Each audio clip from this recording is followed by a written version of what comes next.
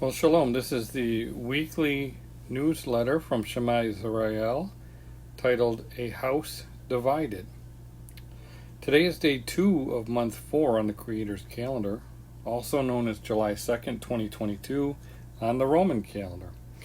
Now, if you don't understand that we are still under the shadow of Rome, this month should be very obvious. The month of July is actually named after Julius Caesar, the first Roman emperor to be deified. It's a yearly reminder that we're still living within a Roman system, the fourth beast in the image of the beast whose head is Babylon.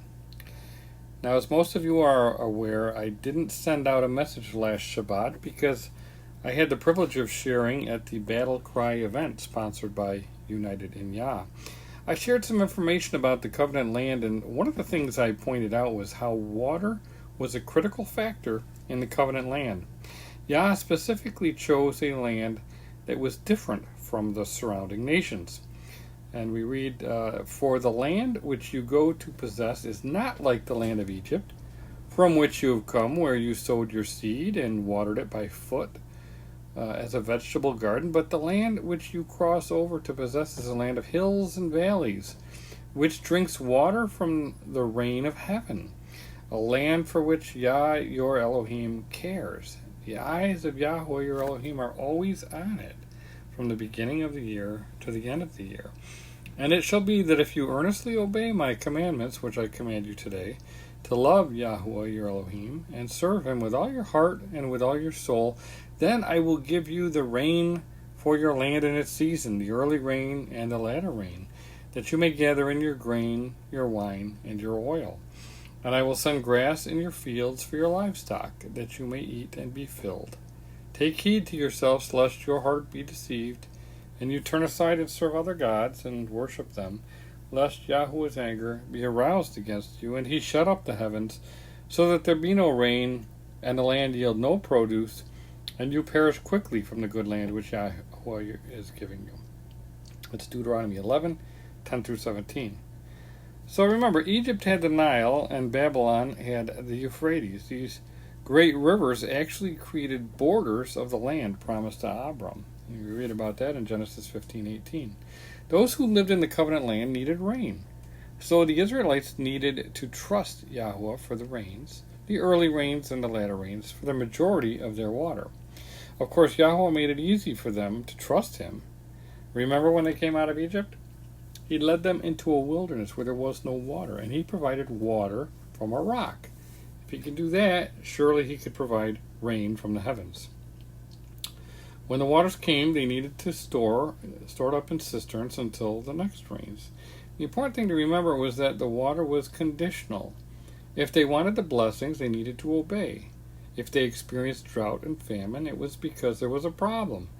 This is not superstition, it was just the way that Yahweh established a covenant people in his covenant land. It's a critical lesson that Christianity, in large part, has either rejected, forgotten, or ignored. Most Christians neglect the relationship between obedience that brings about blessings and disobedience that results in curses. They call that bedrock principle legalism and insist that they are no longer under the law. They insist that they are under grace, which means that they don't have to obey the commandments. Having rejected the righteous instructions contained in the Torah, many find themselves in a perpetual state of confusion and curses because they're lawless. Yeshua described them as you who practice lawlessness. The so-called Christian nation of America is an absolute spiritual and moral mess. This is largely because Christianity has promoted lawlessness instead of obedience to the commandments. While they claim that the Bible is the inerrant Word of God, they teach that much of it was abolished or irrelevant to us today. Of course, modern Christianity has also adopted the drive-through mentality of the society that it exists within. Nowadays, if you're sick, just go to a healing service. If you're poor, ask God if you can win the lottery. If you're addicted to something, just ask God to cure you. A simple prayer or a trip to the altar is all that is needed for what ails you. Now, obviously, that's a simplification, and I'm not saying that he won't provide an instantaneous and supernatural miracle, but that is usually the exception, not the rule. While he wants the best for you, he wants you to learn how to walk with him. He wants to know you, and he wants you to know him through his covenant, not some lawless religious system. First and foremost, he wants us to learn how to obey him so that we can experience the truth of his promises. Case in point, Yahweh brought the Israelites into a good land that was fully prepared for their arrival. The cisterns were dug and ready. The vineyards, orchards, and olive groves were planted. The walls were built. Read the account from Nehemiah. It says, "So the people went in and possessed the land. You subdued before them the inhabitants of the land, the Canaanites, and gave them into their hands, with their kings and the people of the land, that they might do with them as they wished. And they took strong cities and a rich land, and possessed houses full of all goods, cisterns already dug, vineyards, olive groves, and fruit trees in abundance. So they ate and were filled and grew fat and delighted themselves in your goodness." Takes a lot of work to dig cisterns and plant and water systems, and takes a lot of time to plant orchards and vineyards that yield fruit. The hard work was already done when they got there. And here's another take from Deuteronomy. It says, "So it shall be when Yahweh your Elohim brings you into the land of which he swore to your fathers, to Abraham, Isaac, and Jacob, to give you large and beautiful cities which you did not build, houses full of all good things which you did not fill, hewn out wells which you did not dig, vineyards and olive trees which you did not plant, when you have eaten and are full."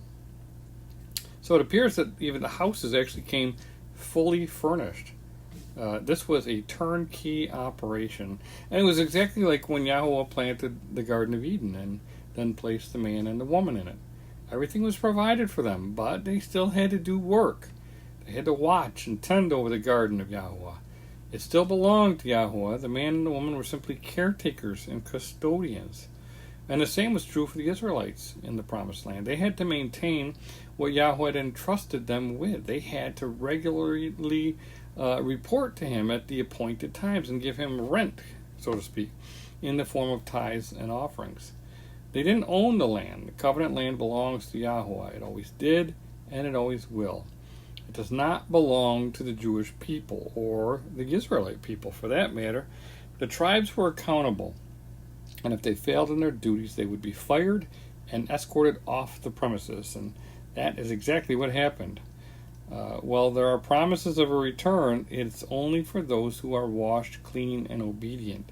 The terms of a return needed to be renegotiated, and that is exactly what Yeshua did when he renewed the covenant. That renewal of the covenant was a divine act of mercy and grace. Sadly, the Christian notion of grace has polluted the churches and even their understanding of prophecy. How could Jesus die for the sins of the world and then say, it's okay to keep on sinning? That's ludicrous, but that's the essence of Christian grace, because they threw out the definition of sin. They now claim that they aren't under the law because Jesus died on the cross. What they fail to understand is that the grace was the fact that he died to atone for their sins. He sent the Spirit to give them power to obey so they wouldn't sin any longer, and he taught them how to obey. Grace involved the fact that the covenant was renewed through his blood. We're no longer under the curse of the law, which involved the punishment for disobedience and sin. Sadly, most Christians utterly miss the context and the purpose of Yeshua's first coming, and many may find themselves the subject of his wrath when he returns.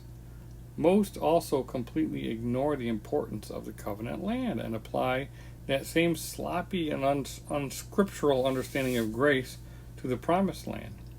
Now we know that the assembly of Israel was divided into two houses and two kingdoms after the death of King Shlomo.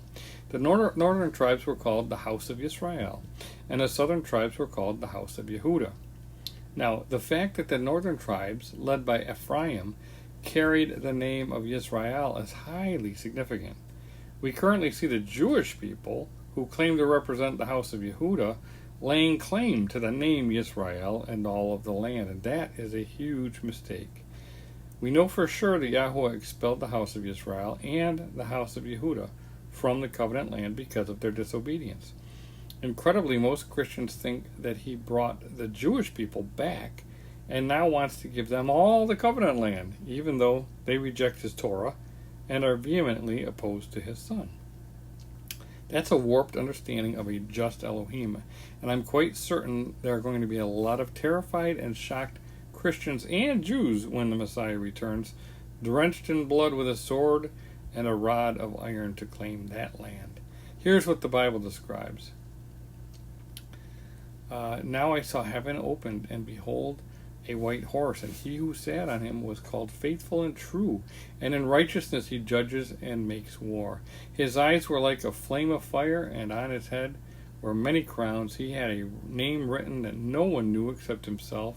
He was clothed with a robe dipped in blood, and his name is called the Word of Elohim.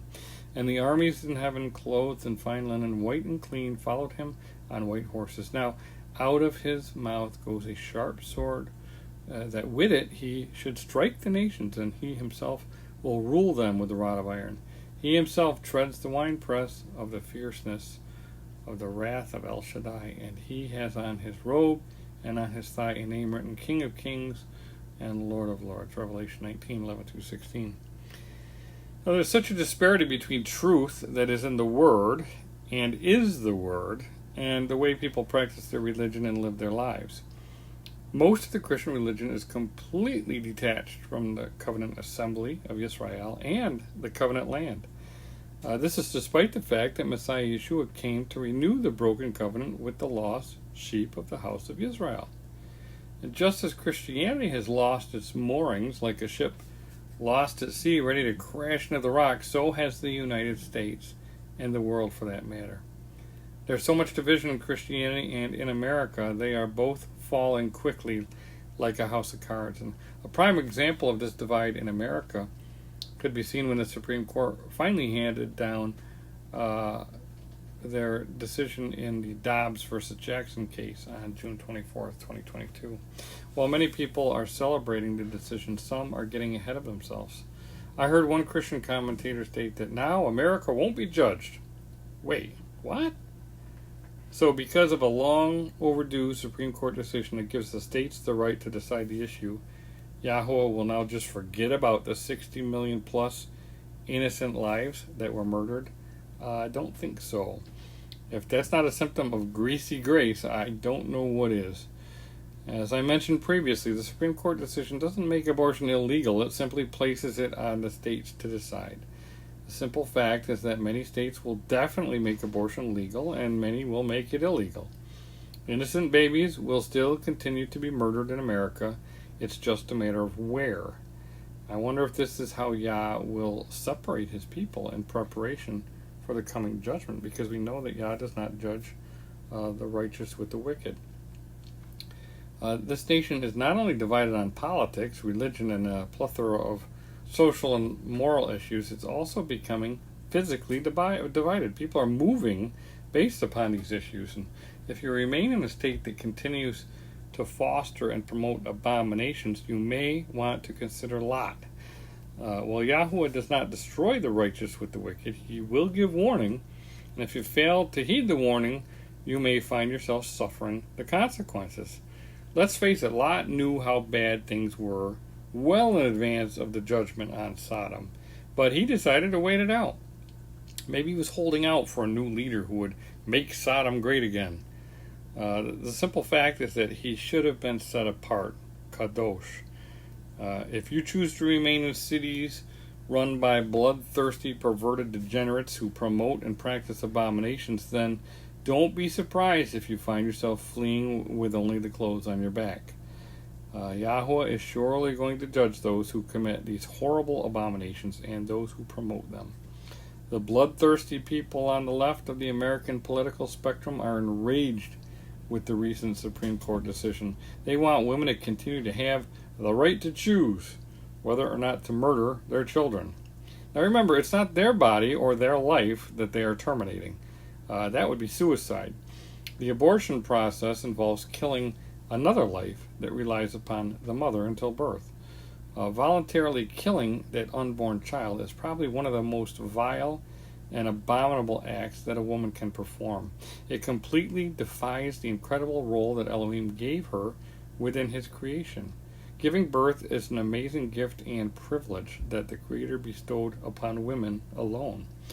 The evil in this world is attempting to blur gender distinctions and cancel any trace of order set forth in creation. In fact, the darkness wants to actually cancel Yahweh Elohim and his light. Soon enough, all will be getting a personal introduction from him, and that's why it's vital that we continue to shine as his light. It is interesting that those who advocate for abortion are typically the same people who want to abolish the Second Amendment, the right to bear arms. The most violent and bloodthirsty members of our society are the ones trying to take guns away from others, apparently for safety reasons. I wish they were actually concerned as much for the safety of innocent unborn babies. Kind of ironic and hypocritical. Now, speaking of the right to bear arms, it's interesting how some Christians have a very pacifist view of Yahweh and his Son, when the scriptures are quite the opposite. The Christian religion attempts to portray Jesus as a wimpy man with a frail body, long hair, and feminine qualities. To the contrary, Yeshua was likely very strong. Yeshua is described as a craftsman, tekton in the Greek and nagar in the Aramaic. That word does not exclusively refer to a carpenter. It could mean that he was a builder. Since there are many more stones than trees in the land, people generally built with stone. You cannot be weak if you're going to build with stone. I believe that he whipped the merchants in the temple more than once for profaning his father's house. He was very confrontational. He was offensive to many and was not shy about insulting people with the truth. You should do a study on the various names that he called the scribes and Pharisees. Just because he showed restraint and allowed himself to be crucified does not mean that he was not a strong man. In fact, he had both inner and physical strength. He won't be restraining himself any longer when we see him return, as described above in Revelation. As I pointed out last week at the closing of the battle cry event, Yah is described as a man of war by Moses. Exodus 15:3 says, Yah is a man of war. Yahweh is his name. Also, Israel was described as armies when they marched out of Egypt. Exodus 12:51 says, and it came to pass on that very same day that Yahweh brought the children of Israel out of the land of Egypt according to their armies. The simple fact is that Israel is an army of Yahweh. They fought many battles with their commander, who led them and often did all the fighting for them. Remember Jericho?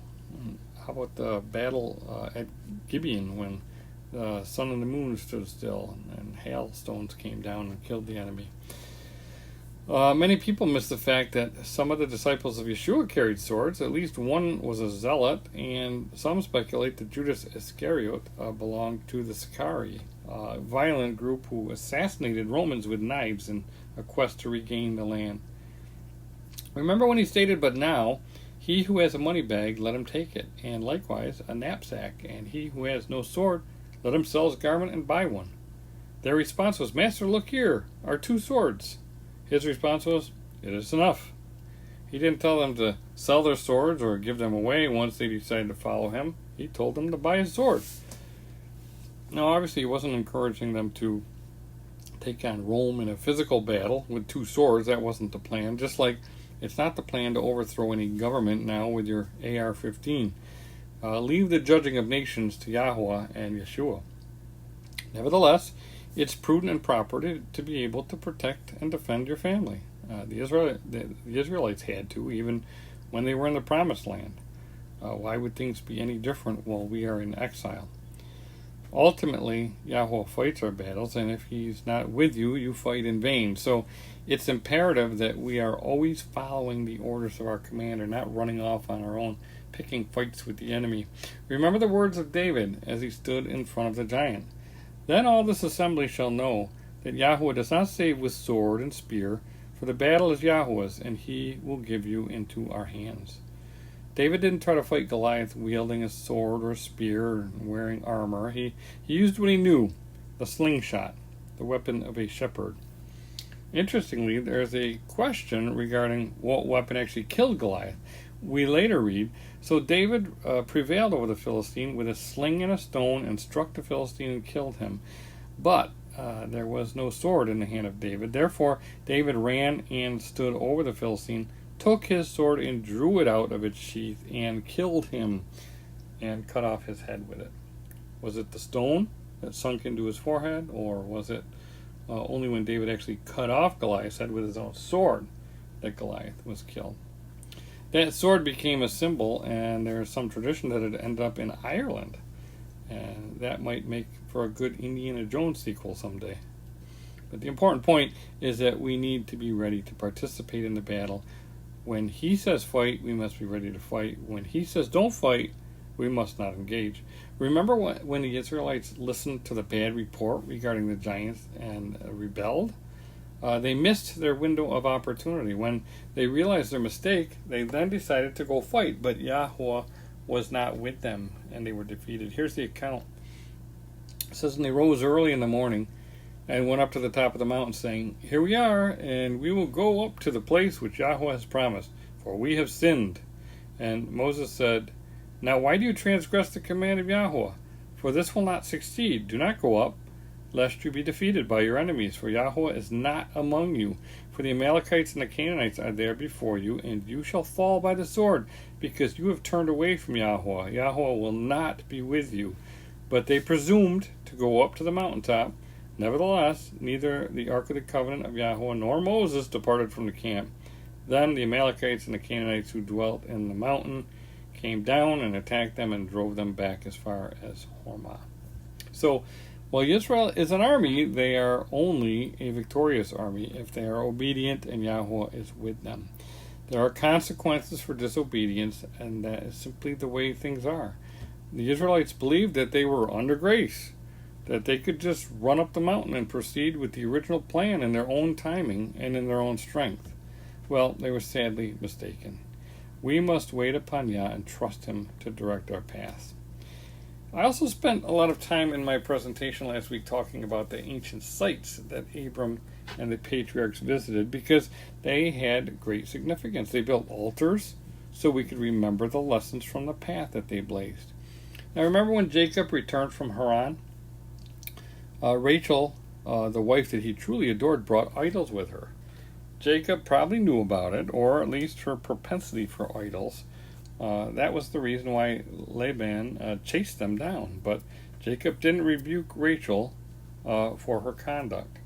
Well, Rachel was a good thief. She hid Laban's idols well and was apparently a persuasive liar because she ended up keeping them.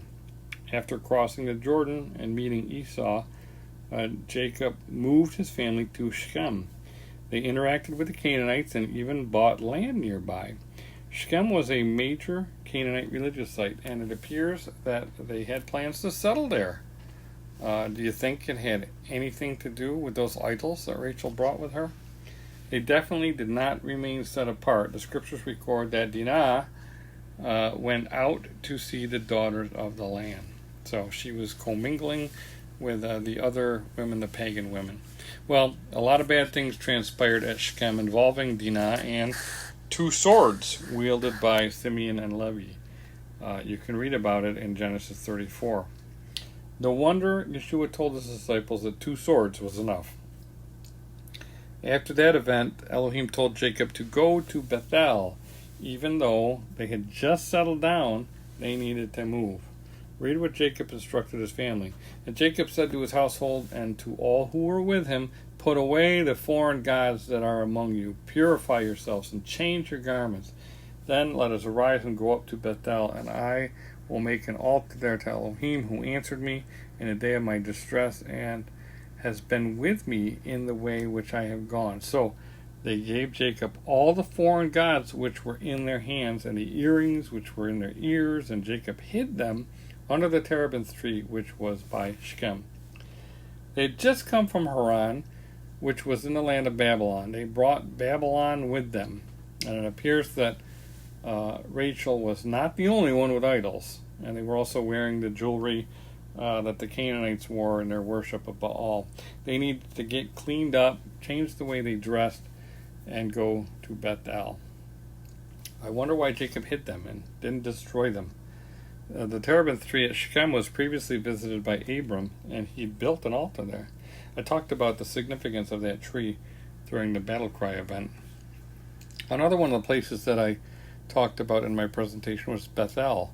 Beit El. It means house, Beit, of Elohim. El is a short version of Elohim.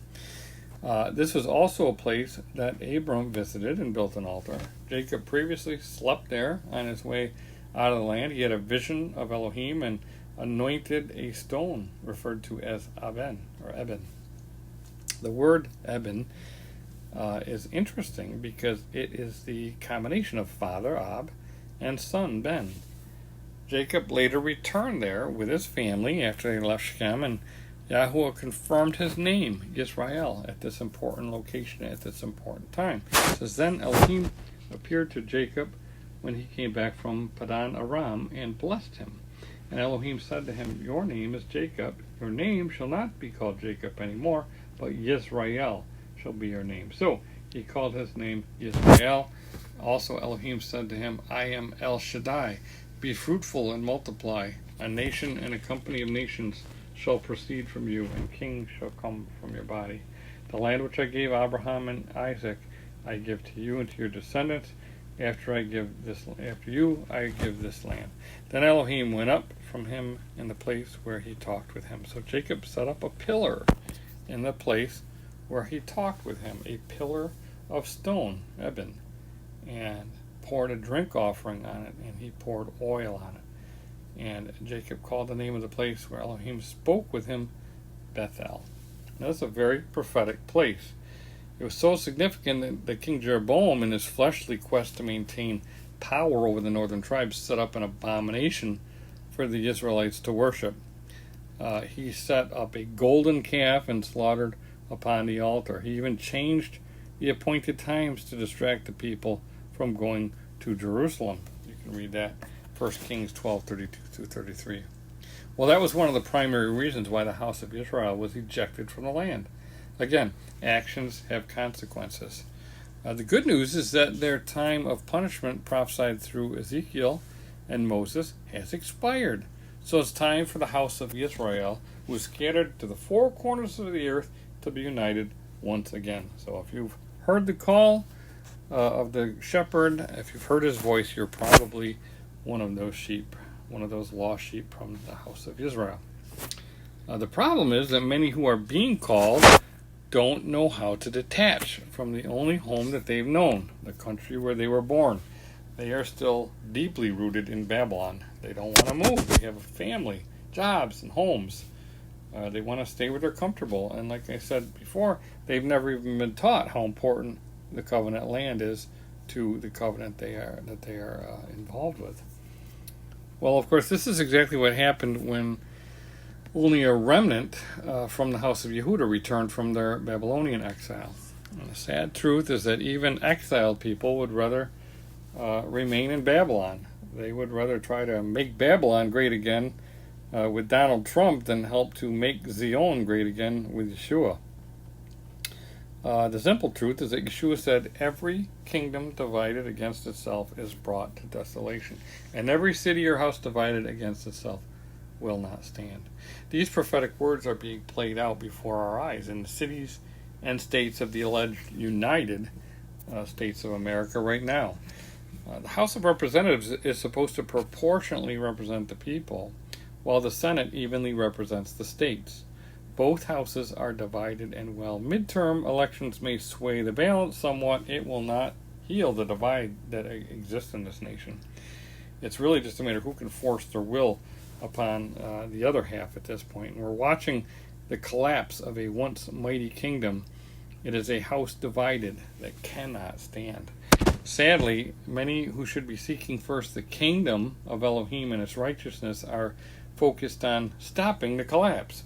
They don't understand the army they're in, and some are actually getting in the way of the pending judgment. They may find themselves a lot like Lot and his family. Well, I suggest a different house. Have you ever been to Beit El? I can assure you that it is not a church on the corner or any Christian building for that matter.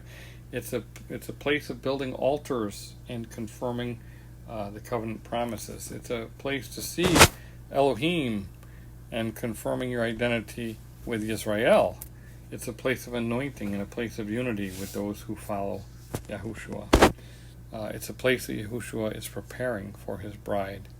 Yahushua said, a house divided cannot stand. And while Americans are celebrating Independence Day this weekend, the United States of America was actually birthed in Philadelphia on September 17th, 1787, when the Constitution was signed. The U.S. Constitution is an incredible document, but its power is fading, and the country governed by it will not stand forever. The only way we're going to stand is if we are in the house built by Yeshua. Now read the words from Yeshua to the assembly of Philadelphia in Asia Minor. I do not believe this was a coincidence. It says, because you have kept my command to persevere, I also will keep you from the hour of trial, which shall come upon the whole world to test those who dwell on the earth. Behold, I'm coming quickly. Hold fast what you have, that no one may take your crown. He who overcomes, I will make him a pillar in the house of my Elohim, and he shall go out no more. I will write on him the name of my Elohim and the name of the city of my Elohim, the new Jerusalem, which comes down from the heaven from my Elohim, and I will write on him my new name. Now that's a better promise for a better future that we should be holding on to with all our strength, and it's actually a fulfillment of anointing of the pillar in that we saw at Bethel by Jacob, newly named Yisrael. I pray that we may be kept kadosh from the hour of trial and made pillars in the eternal house of Elohim, Bethel, found in the New Jerusalem. Barakot. My name is Todd Bennett from ShemaYisrael.net. Shalom.